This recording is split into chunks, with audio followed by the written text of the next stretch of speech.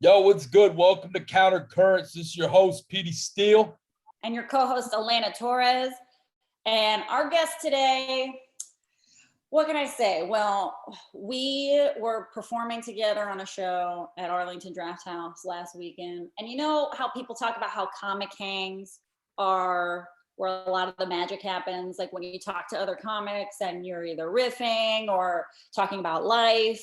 And that's true, I think, like half of the time. But every once in a while, you have a great time talking to a comic. And I had the best time talking to this comic backstage. I was very glad that the headliner had an hour. We kicked it. We had the best time. So please welcome the very funny, very cool Dante Chang. Thank you. Is that the snap? Is that what you got? Snap thing? Sorry. That's what I do. Well, the best. I feel like you're the best. I feel like you're exaggerating a little bit, but thank you. That makes me feel good about myself. Well, I had the best time. I thought we had so much fun. Just like I did.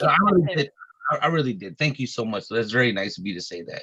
It's true. It's true. You're such a pleasant guy, Dante. I mean, of all the comics I've met, just pure in heart. You know what it is? I'm just happy. I'm a happy. Most comedians are sad. I'm a happy person, and I don't expect. I think the big thing is most comedians feel like they're not where they're supposed to be. Like they feel like they should be in a different place. I should be this, or I should be headlining this club. I'm like, no, we are exactly where we're supposed to be. If you're not exactly where you think you are, maybe you need to look inside yourself. Like it's not. I don't know. Okay. Or you're delusional. I don't know. Well, I also think a lot of people, like, you do get comics who I think pretend to be happy and will be kind of brown nosy. And I never got that from you. Like, you always seem like you're just being yourself. Thank you. All the time. I try to be myself. I don't know. Because nobody could do that better. No one could be yourself better than you. So, hey, I don't know. I'm kind of like, that is one of my pet peeves when I see somebody emulating somebody else, when they're like, you see it all the time. Like when this could be, you see like the top 10, 20 comedians in the world. And so there's always somebody emulating them or having like a very similar act where you didn't steal their jokes, but you pretty much just took their jokes and just changed the wording and you took their image and all that. Like, all right, that's a little, I don't know. Now, but the thing is, what did you think that nobody was going to notice? We all know, and we talk about you when you leave the room. So yeah, it's true. Like, whoa, that guy, he ain't exactly where he's supposed to be right now. Yeah, there you go. Yeah, well, it worked for James Dean, but that wasn't comedy. It's hard. I think in comedy, it's really like, you're such an individual that it's really hard. I mean, the only chance you have is like I feel like you should rather copy a person that's not as known. That's a good comedian. If you're gonna copy somebody, like kind of like the way, I don't know, it's not, but the kind of way, it's a weird example. R. Kelly did Aaron Hall, where Aaron Hall wasn't that big, so he stole his whole thing and became bigger than he was, but. Not that Aaron Hall was known, but not that known. So if you're gonna do it, don't go copy Chappelle or Burr. That's just that's not. I don't think that's very smart. That's a really interesting concept. I don't remember who it was, but I was reading an interview with some rapper, I think, and he was saying that when people ask him like, "What books do you read for inspiration or knowledge or whatever?" he's like, "I tell no one," because he doesn't want the influences he incorporates and stuff getting traced back in a sense. That kind of stuck with me. It's like, not that I'm trying to be a big emulator, but we all incorporate some aspects or philosophies of people consciously and unconsciously. Yeah, and absolutely. That's why I think a deep dig is, like you're saying, is really good, because it shouldn't be the next man, I've seen comedians like that actually when they start hanging with each other, they become friends, and they become similar to each other in a sense. Like they start writing like similar, and they start doing similar. And it's as time goes, they start to become so much like each other. And I've seen it where other guys are like, wait a minute, are you copying me, dude? And they get into a fight. Like I've seen that happen. Like, no, you guys are around each other so much that you just naturally pick up things. Sometimes it's a natural thing. You don't intend to do it. I don't think. I mean, intention. I think sometimes a lot of stuff happens unintentionally in stand-up comedy, where like you just start. I've seen somebody like literally do this, like do this to me. Even they're like, hey, I wrote a joke for you last night. I think it would fit you perfectly. And I was like, cool. What's the joke? He told it to me. I was like, I can't do that joke because that's your joke. Yeah. You actually closed with it, and all you did was change the location of the thing of where it took place. He's like, oh my God, you're right. You know, like it's like even when he was trying to help me out, he accidentally tried to almost gave me his own joke. You know, Wow. Like he didn't it didn't catch his head. It didn't for some reason. So he imputed his own mindset into you, but just somehow switched a couple words, changed the veneer. That's the same so joke. strange. Yeah, it was the same joke, and I appreciate that. That was really kind of him to, even watch me on stage and say, "Oh, I got something good for you," but that's your joke. People are gonna think I stole it from you, man, or maybe you just took your joke and just changed the location of it. So I don't know, man. It's weird. It's like in that Comedy Store documentary. I don't know if you guys saw it, but Sam Kinnison's best friend. I guess they hung out so much that the best friend was a funny comic before, but Sam Kinison had such a particular style that his friend, who was just touring with him all the time and tried to like adopt that style, and he actually got less funny for it. The opener got less funny? Yeah. Sam Kinnison's friend, who was like opening for him, and it was his best friend. They hung out all the time. He tried to sort of like emulate that Kinnison sort of like dark style, and it just didn't work for him. Yeah, I think that's weird when I've seen that. I mean, I don't want to because some of them are friends. I've seen it where they start opening for somebody and then they sound like a cheaper version of that guy now. After a while, maybe like a year or 8 months, a good amount of time. It doesn't happen in 1 or 2 months because you don't see it happening. It's like it's like it's such a slow burn. Like it happens so subtly. You see a little more of it. Then if they disappear for 3 or 4 months, they come back like, Jesus, you're just like your opener now, like a bad like a discount version of your opener, Totally. And then when you make fun of them, they get mad. I told one of my friends, now you're discount. What's his name? He was like, "Fuck you, man! Can't believe you said that." I'm joking. Joking, kind of. Actually, I'm not joking, but I'm saying joking to try to ease the blow, I guess. Right. It's weird when comedians get insensitive. Like when you make fun, when you say anything. I think the only thing I'm sensitive about is like yesterday, I was playing poker with these comedians last night. One of the comedians' mother passed away like a year or 2 ago, I think, and this other drunk comedian just kept making fun of his dead mom, right? And I was like, Jesus, that's like, to me, that's like, that's the line I cannot cross. Like a deaf family. Yeah. But the funny thing, they were both like cool with it. He was like, yeah, I'd fuck your mother's dead corpse. He's like, she was cremated. Too bad. I don't give a fuck. I'll fuck the cremation. And he was laughing at it. He's like, he thought it was funny. I was like, oh my God, am I being too soft? Like that's just. Did you buy his laughter though? Or do you think he was just trying to be tough? He seems like a tough guy, like just a tough guy. And where I was a little impressed, I don't think he's been doing comedy that long, like maybe like 4 years, and it's like, wow, your skin is pretty thick, like, because like, or some people are just like that. I mean, maybe he's just immune to it. Maybe he's one of those people that just kind of just block it out. Right. But I was sitting there like, oh my God. I believe 99% of jokes are off limits, but that is like, that is like a woman got raped or something. Like those two are like, you can't, It's like he kept talking about the mom. It wasn't just like one joke. He like kept doing it. Like that's dangerous.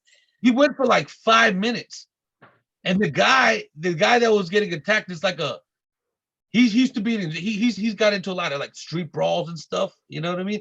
So it's like he's not a punk.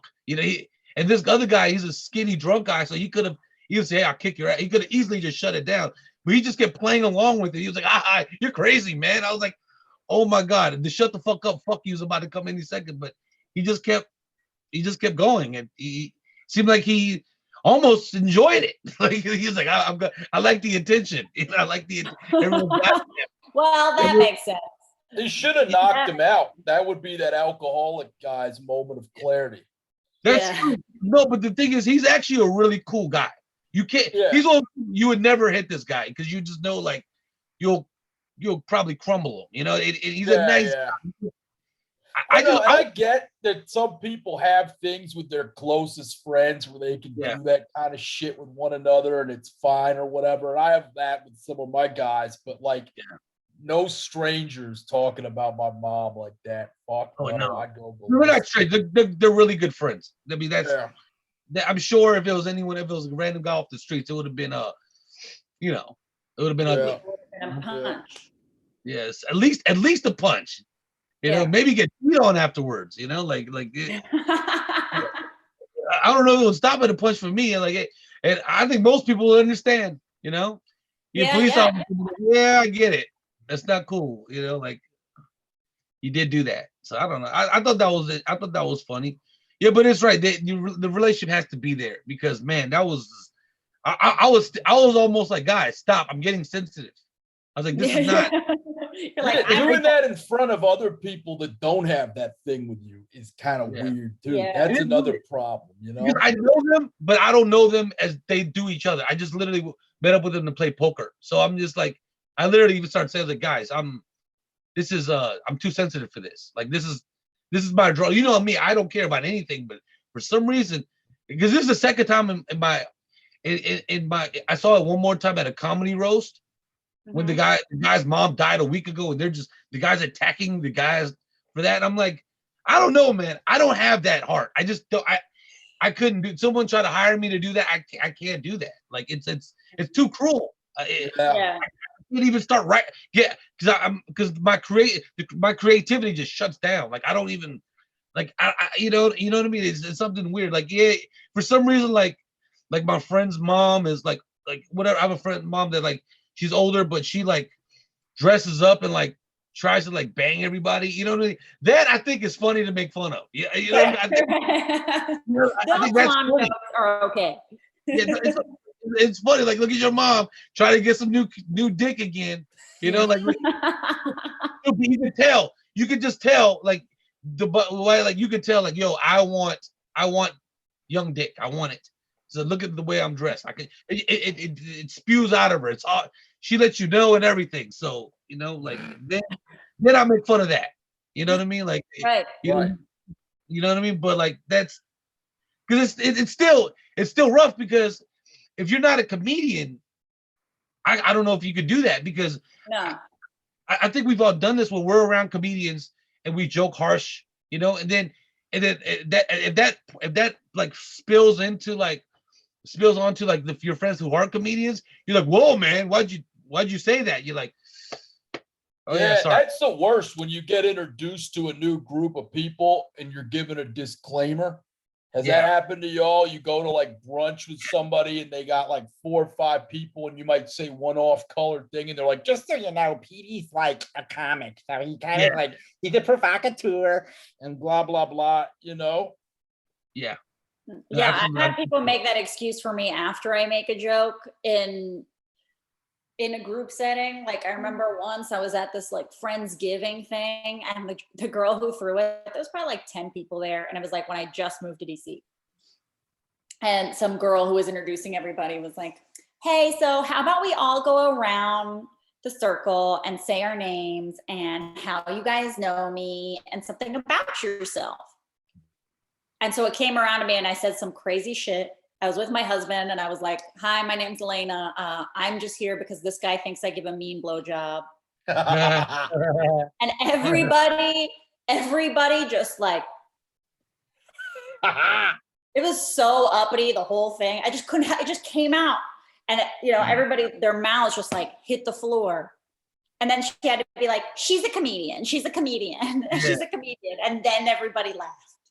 Yeah, brunch icebreakers. I mean, like that's the thing. It's like that deserves that kind of comment. It's literally like they hand you like, how are you not supposed to say? Yeah, I love that. I love that. I wish I was there. I would have introduced myself immediately and say, hey, I want to be your friend. I love that. But I love stuff like that because especially that they didn't even know you're a comedian. They just saw you, they got smacked with it from left field. That's what makes me like love that so much. I love doing that's when I like it's weird. I might be so sensitive to what we talked about earlier, but in that way, I feel like you can go all the fucking way. It doesn't fucking matter. Like oh yeah. you're not in you have a this doesn't hurt you. It's just gonna shock the shit out of you. Or you're gonna talk about it tonight. Hey, this girl Elena, I met during brunch. She's introduced herself as I was like, I love to sew and play with my dog. And she was like, I just love giving me blowjobs. She's gonna remember that. You know what I mean? We're gonna talk about it. Like, and then you have to be careful, but that's what happens when you hang around comics too much. Like that's when I was like newer to comedy and I was like hanging out with comics all the time and you get used to it. You can't control it. It's like, even when I first had my kid, I joined like a new moms group, where you like sit in a circle, everyone with their baby. And like, after you have a kid, everybody's like very sensitive. And there are a couple of girls there that have not talked to me since. Yeah. Just say I remember going on a date and a girl straight up saying like, oh, just to get this off the table. Like, I know you do comedy. Can you turn the comic off? Like, and I was Did she say that? Yeah, like just to be like, I don't really want to date a comic that's just going to be a comic like full time. And I kind of get that, but I was like, no, I really can't that well. And you're not hot enough for me to like make an effort. Well, you should never do that for anybody. You should tell her that go get an open micer. Go get an open micer. They do it part-time. Yeah. There you go. Like I'm a full-time comic. I gotta do this is who I am. I don't know. I mean, to go Dutch. But yeah, open mic is your way. That's one of my pet peeves. I hate people like that try to tell you how to be, how to live, hey, can you not be this way? Well, if what I'm doing doesn't physically or mentally harm you, I'm not physically or verbally abusing you, shut the fuck up. I'm not doing anything to you. I'm being who I am. I mean, but weird thing is I've never been told that. I just get the Elena thing. He's a comic. He says stuff like that. You know what I mean? Yeah. That's about all. Like, knows everything. Hey, can you just not be a funny guy for a while? Like, I don't. I try to be sensible about it and do it at the right. I mean, not to overdo it because I do find it annoying when a comedian jokes like every second. Those. Yes. Every second, like you'll be having a serious conversation, be like, yeah, because that's why when I came back from the thing, yeah, you came back because like, all right, like, come on, man, like, not right, like. Not that much, Yes, they just want to riff. It's all like a joke competition. It's like we've had that on this podcast before. We're like, well, what I'm talking about. There's where we'll have people where it's like, we'll ask them a question and they just want to make a joke on a joke on a joke, and it's like, I'm just asking you too a little bit about you, and they won't even say anything about their own life. Yeah. And it's like the podcast ends, and I have no idea who that guy is. Yeah. You got to spend a lot of time in your own head to be able to even do that for 30 minutes straight. Like you have to pre-plan that, probably thought of like rebuttals. It's like being a battle rapper or something. Yeah. I mean, and I've done that and I can't stand doing that with comics. Like a little punchline here, there is fine or whatever, but like a whole freestyle, I don't even believe it. Yeah. Mm-hmm. Yes, definitely, man. Definitely. I smoked a lot of weed before I fell asleep last night. So like all right, you know what? It's gonna come back. It's gonna come back. Okay. Okay. Your train of thought got derailed. Yeah. Well, I just saw you look up. I was like, what's going on over there? You think of it, then you pay attention, and then when you come back, you're like, damn. But I try to still pay attention. Because I think it's because sometimes if you don't pay attention, like your answer will no longer match what the person's saying. So like that's true. So you have to pay attention to like, oh, okay, all right, it's okay. That is true. The best is when you catch someone doing that. I was on the phone with one of my best friends who's in LA earlier today, and I was like I was also like at Whole Foods like buying shit, and he just stopped listening to me. And I was like telling him about, I don't know, whatever. And he just like wasn't listening. He's just going, yeah, yeah. And at one point I was like, is your butthole hairy? What? And I was like, yeah, now you're paying attention. Yeah. You have to do that. I love catching people doing that. Yeah, it's. I also read. I do a lot of reading on how to succeed, and how to. That's actually how you don't succeed. They said you should pay. Yeah, you have to be present and pay attention to everything that's going on. Right. What's your favorite how to succeed thing that you've read? I've read so many that like at the end of the day, it feels like it's always this. The underlying message is always the same. You know, like think positive, don't believe in what you're doing, but you know, act like you've already accomplished it. Like but a lot, like so many, like there's so I can't even start. Like I listen to this guy Bob I used to listen to this guy Bob Proctor. I don't. You know what it was? I watched that. We all watched it or read The Secret Book, right? So I started like I didn't read that. You didn't? No, so, the minute I heard they said you could like, save villages in Sudan by like wanting to or something, I was like, this is horrible. No, that's a little like far-fetched. It just all it does is make you just say just think more positive. Like where like how, your initial reaction, how you react. I think that was like a selling point. Hey, if you think of this, you get any car, you can have $1 billion tomorrow. It's a selling point because to be honest with you, I've gotten a lot better at it. But it took years and years of discipline and practice and just focusing and just kind of just letting go of stuff. It helps me where like I'm not attached to anything. You shouldn't be attached to anything or attached to a certain outcome and stuff like that. And it helps because you're not like, oh, I have to be this. No, you kind of just trust the flow of things. Just trust that you're going the right direction and it just because a lot of times like I think most people have like you're like you get anxious about the future, you kind of punish yourself about mistakes you have, and that's all it takes to stay out of that. Like don't because like expecting a certain outcome will give you anxiety, man. Like you're like man, what if this doesn't turn out the way and so I don't know, living without that it's a relief, like but like P, you're probably a very realistic person, so that will make me that turned a lot of my friends off until they kind of really looked into it.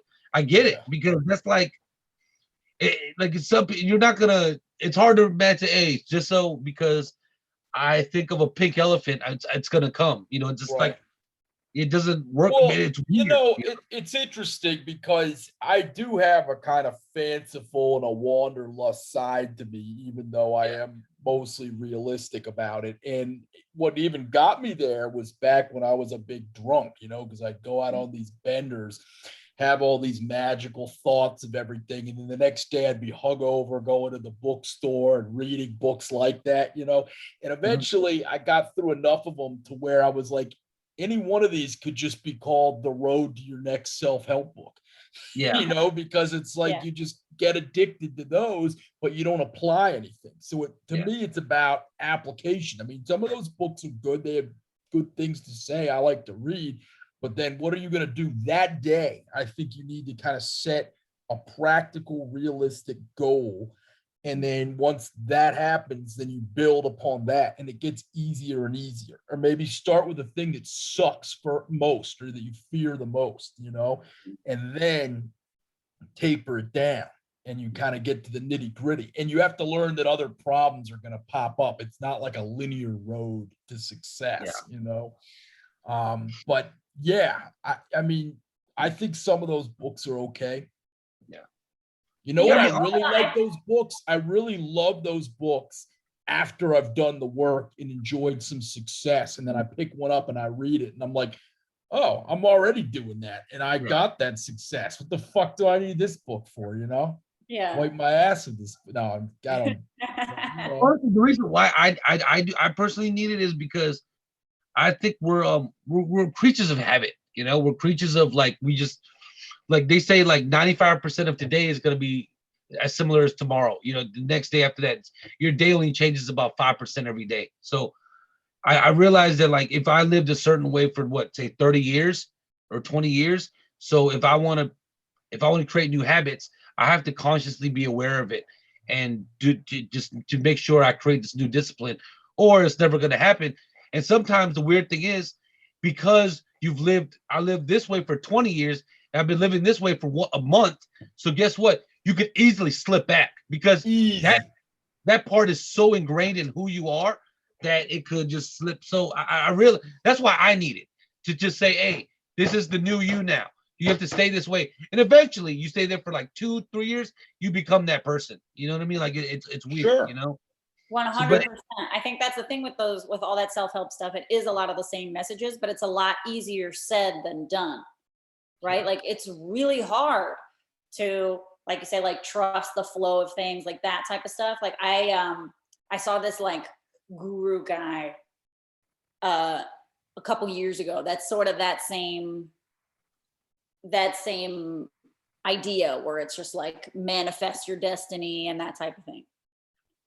And his whole thing and I only saw him a few times, his whole thing was like about trust and how to apply it to comedy. He was like, you have to trust your audience. And that's something that I have issues with at shows all the time, because sometimes you don't trust, if you trust the crowd, your set's going to go better. But if you're going up there and you're like, I don't know, when you get into like that negativity, you're like, they seem tight, they seem this. It's worse. But that sounds like such a little simple thing, but that's a daily thing that I try to apply, like whenever I do comedy. That's tough. Because it's hard to trust them. I think that's great advice. I honestly, that's almost like, that's something I'm going to take with me. I like that. Yeah. I like that a lot. Yeah, because I've seen, like you just said, I've seen it the other way so many times. They already write the audience off. Yeah. And that's insane. You know, I'm really kind of, that's crazy.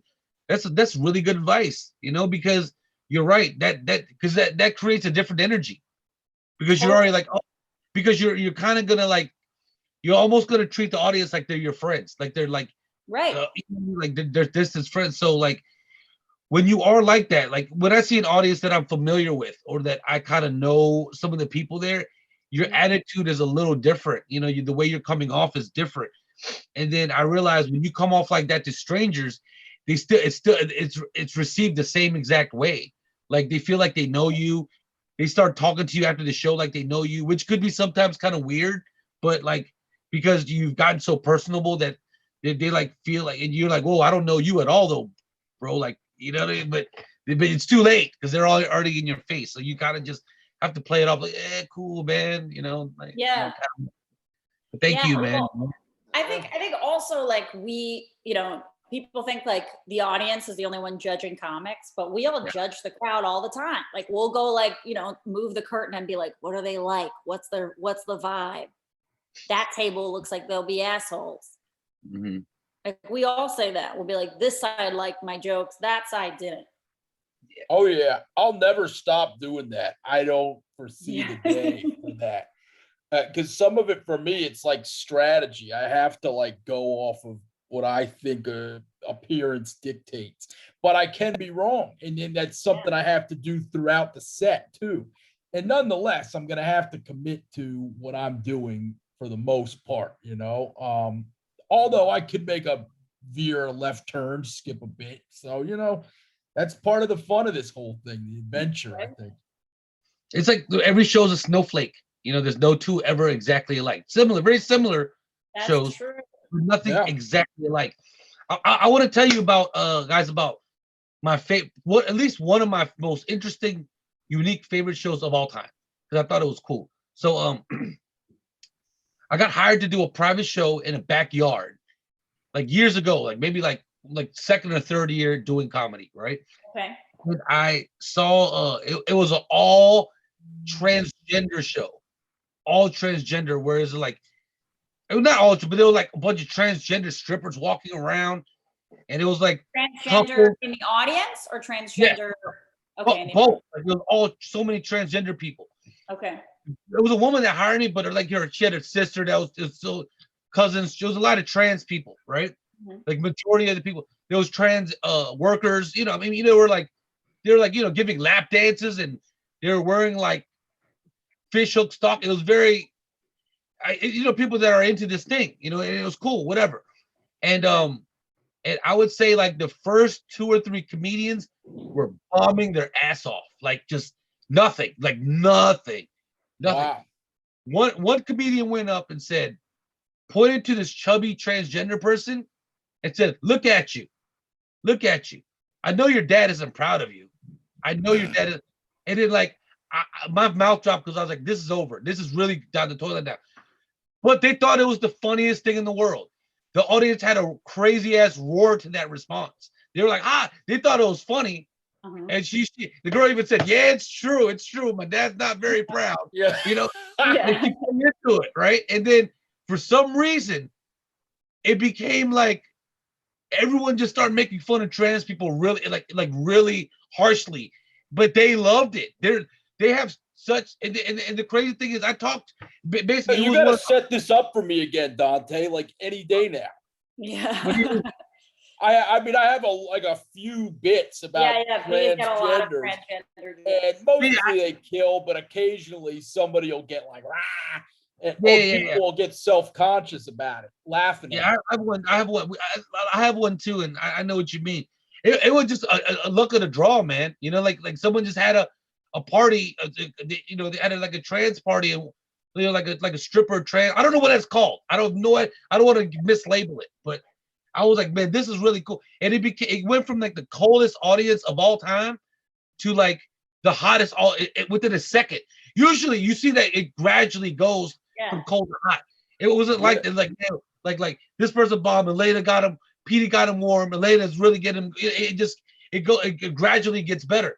It wasn't like that. It changed within a second, where it went from cold to hot within a second, and hot for the rest of the night, where everything was going over. You could make fun of anything, and then everything was going over so hard. It was like one line that broke them in, and it was beautiful because most of the comedians were like hood black dudes, right?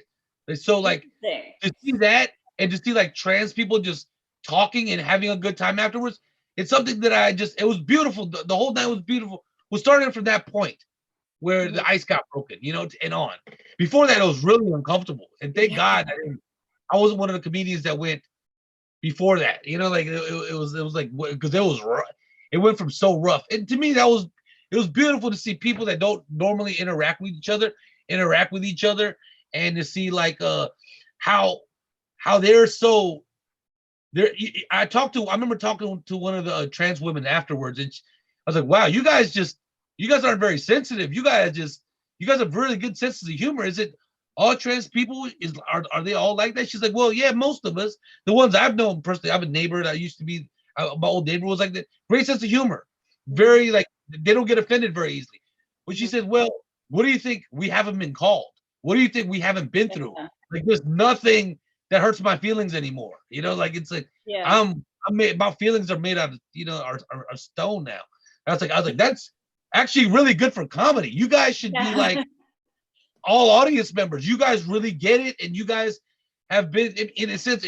We're like almost a perfect match in a sense. Totally. If you guys are really like that, so because I actually told that story in DC once about the whole how the guy was like, "Look at you." They didn't find that funny at all. I believe it. Yeah, here I believe that. The person before me got into it with a gay person about a trans person. They got into a fight, like a Virgo. And I thought that story might ease the attention just like it did in real life. Right. No, not at all. Not at all. Nope. Yeah, no, trans and gay people have more beef than like Ethiopians and Eritreans. It feels weird to say that, but I've seen that happen. Like you hear about it in Britain, if they have like a LGBTQ march, there'll be like gay people that won't march or trans people that won't march with the gays. Like they have like intra-feuding. I think that's terrible.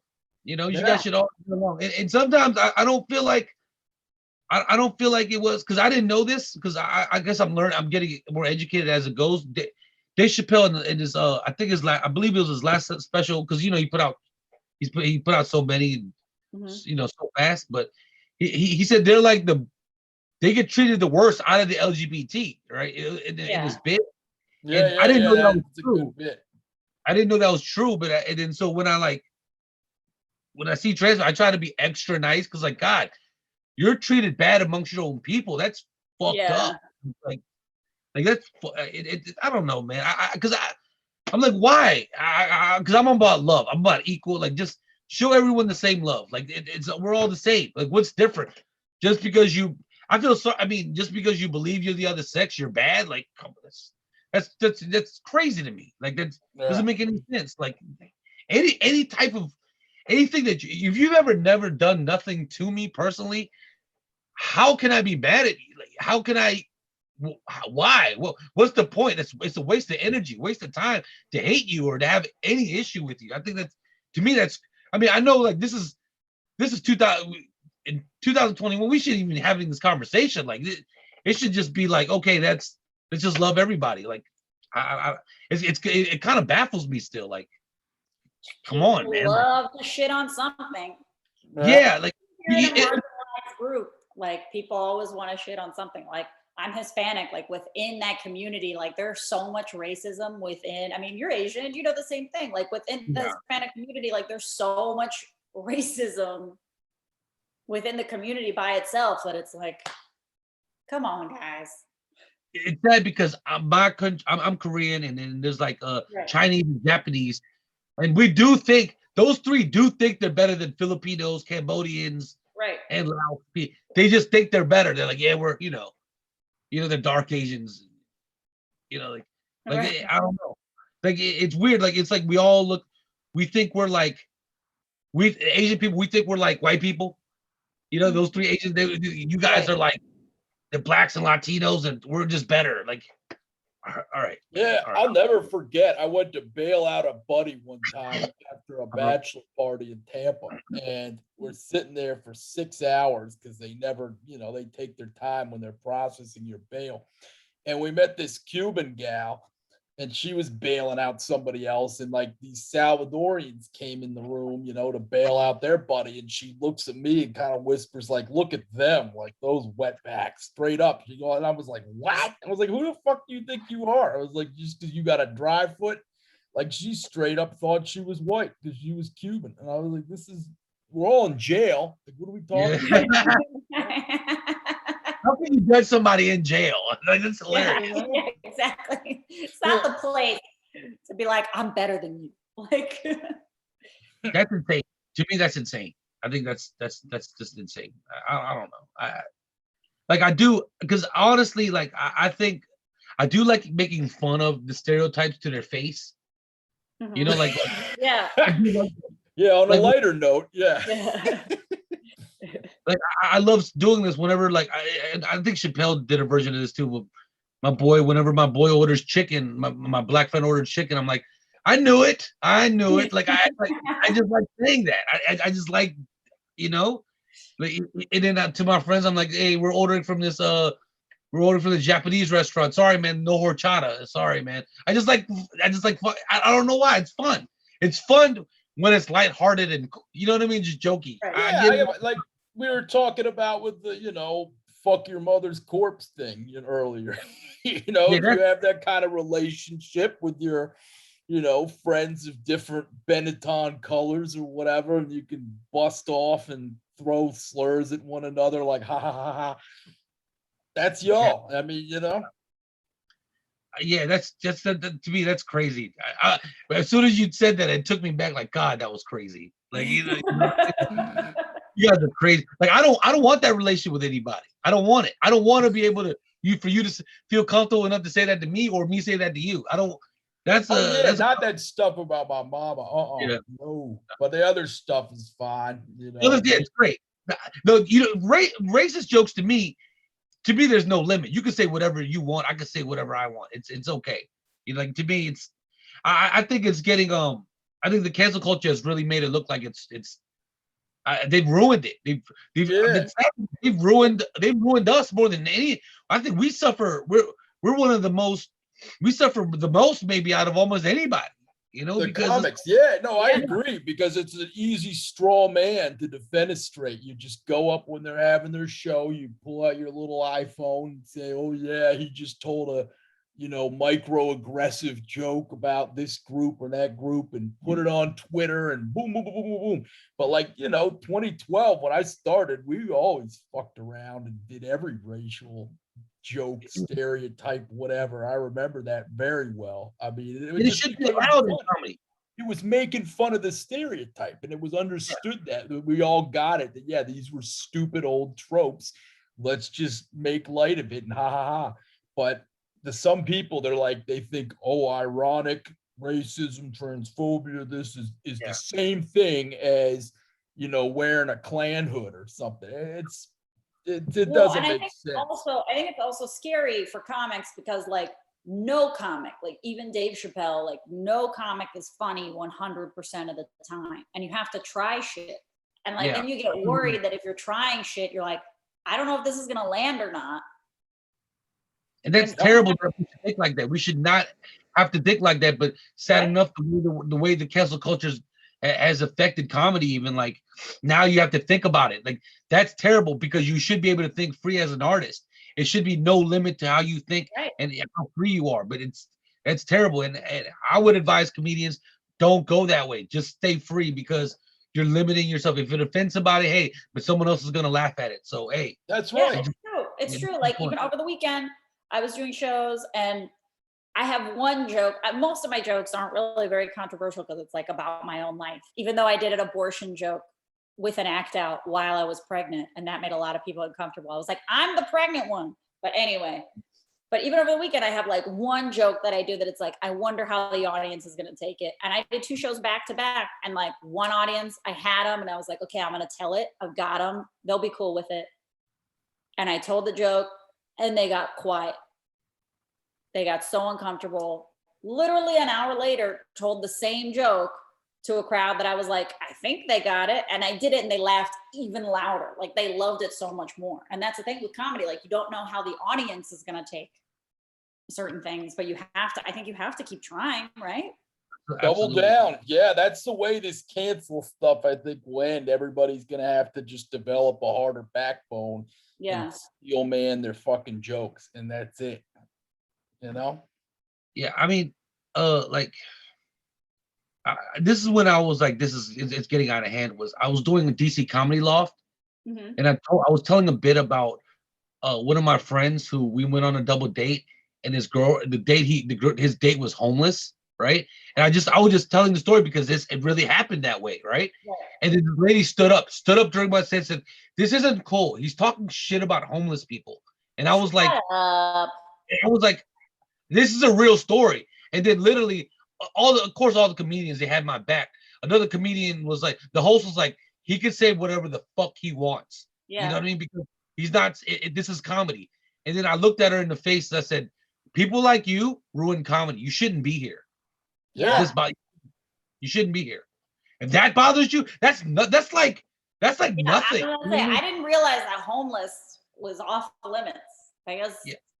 I could see if I could possibly understand if I was bashing the homeless, but I was just telling you a story of how my friend brought a homeless girl on a double date. That's it. That's the only thing about it. And she got so offended by that, which means that this is the thing. I've realized some people, they just look for reasons to get offended. They're looking to get offended. They're like, oh, that, what about that? What about that? And if you're like that, don't come to a comedy show. Just don't. Just stay home and just don't, because basically when you do that, you ruined at least that moment for everybody in that room. You're selfish. You're being extremely selfish. That's neuroticism at its finest, and the way it works with the mindset of a lot of those people is that any way it can be perceived as, they call it punching down, like anything like beneath you or whatever, and it could be homeless, even if you're like a trust fund baby whose parent just said, hey, you know what? I'm not giving you any more fucking money. You're 25. That could be homeless. Yeah. You know what I mean? But anything that can be perceived as that, they will say, oh no, that's off limits now. But the problem with that is like, okay, I'm a straight white male in comedy. There's not much further I can punch up, you know, unless I'm just going to talk about myself the whole time. And that's the whitest centering ever. You know, I refuse to participate in that kind of microaggressive bullshit, you know? That's not how you stay woke, Dante. Yeah, I try, man. I try, but sometimes I want to go to sleep. Yeah. I want to take a nap from being woke. Word. I Hey, might you have gotta picked- hit snooze if you're gonna be woke, you know? Yeah. It's Well, sorry, go ahead. ahead. Go ahead. No. Go ahead. No, I'd rather go with you. I'd rather go with you. Why? What were you? Now I'm curious. I did the thing again. I'm telling you, I just woke up, so I'm like, you know. Right. Oh, shit. So all that back and forth was for nothing. Okay. Yep. Well, what do you got? What do you got coming up, Dante? I have. I'm excited about this next weekend. There's a new club that's opening here called the Comedy Chateau. I'm there on Sunday, 8 and 10. That's in LA, everybody. It's in LA. Yeah, it's in LA, so it doesn't matter for you Where guys. is I it? think, huh? It's in North Hollywood. You guys have been to the Haha Comedy Club? Yeah. Well, they built it right across the street, directly across the street, where you don't have to. You wouldn't have to drive to the other club. Literally, you could park once and just walk across. That's nice. Closer than how Comedy Store and Laugh Factory, like literally, like diagonally across the street. I would say like 100 feet away from each other. That's so it's kind of cool. And the club has 3 rooms. So they're really trying to kill with this. They're really trying to do their thing. Yeah. It's a beautiful club. I went in there last week for the first time just to come just check it out. I mean, they seem like really nice people. You know. One staff member thought I was spying on them from the other club because they know I go up at the other club. They're like, "Are you spying?" I'm like, "No, I don't give a shit what you're doing. Like, what am I gonna say? Oh, they have a club here. What am I gonna say? Like, I don't know." But yeah, it was no. But it's a great setup. I believe one room holds 70, other room holds 40, another room holds like 150. So it's there. It's there to. I don't know. We'll see how it goes. You know. I think comedy clubs all do well here. So, and then the day before on Saturday, I'm at the American Comedy Club in San Diego. And on Monday, I'm at Haha. I believe I'm at a Haha next Monday, a week from today. Yeah. So that's my schedule. I mean, I don't know if you guys want to fly out here. You guys, because most of the fans are from probably the DMV, right? There's a fair amount for me that are in LA. So okay. All right, people in LA, those are my shows. But if you're from the DMV and you want to fly out, you have to buy your plane tickets like right now. Yeah. Right now. People have done that. People have flew in from like Canada and Michigan to come to my shows. I'm like, man, don't you have something better to do? Like to do all that for a fucking 2 hour, like an hour and a half show? Like, damn. They just want a discount on Jordans. Maybe. You should have spent so much on the flight. Good God. You know, like. Yeah. How's the shop going? You still got the shop or? Yeah, it's going good. I've turned the back into an open mic in a podcast studio. I mean, you know, and then I built sets up there. I built like a bar and like an office just to shoot in. We're going to shoot sketches and pilots and stuff in there. So. What shop is it? It's called Flashback. And it's on Melrose, but it's like. It was so big when I got it, and it was like the way it's shaped. You could build several different businesses in there. Like it's like because it cuts off. So I thought to myself, how can I utilize this to its fullest potential? Because rent is high as shit.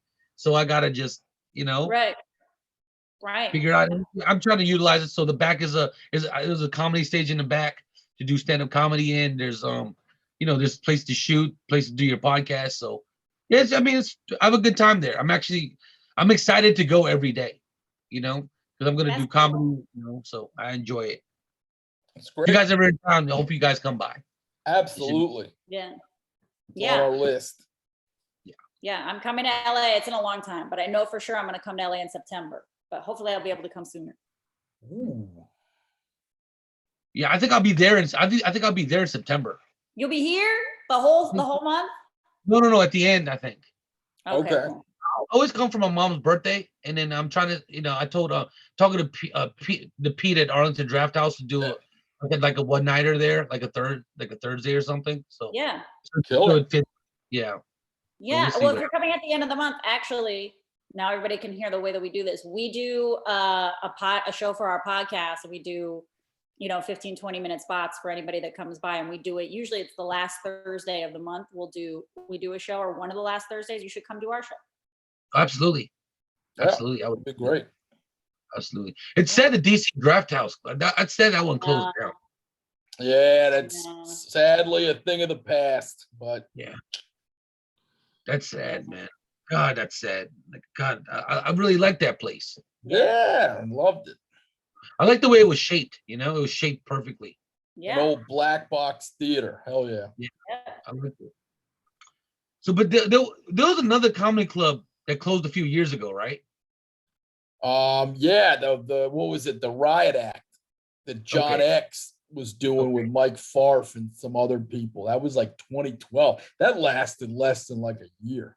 Okay, so that closed even before I started. So I guess. Yeah, well, I don't know. That was like 2012, I want to say.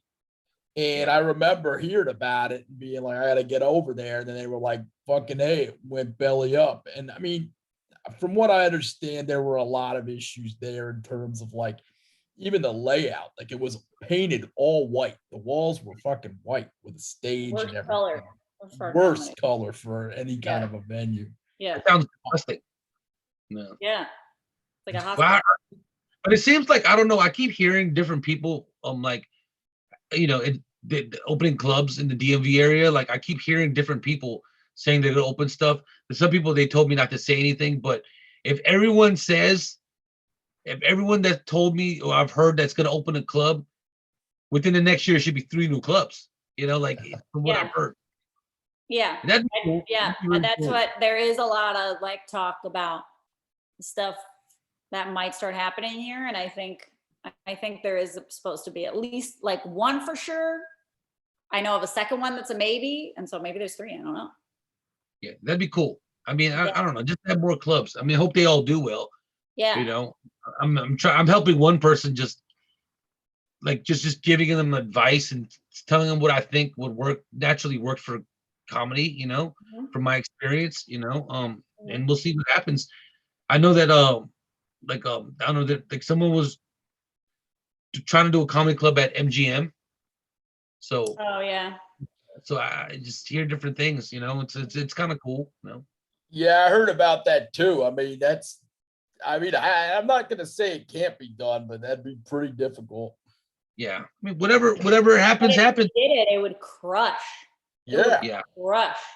3,000 people every night in attendance. Hey. No, but if they put like a club in there, not just in the theater. Oh, something different aside. Yeah. Oh, I see what you're saying. Yeah.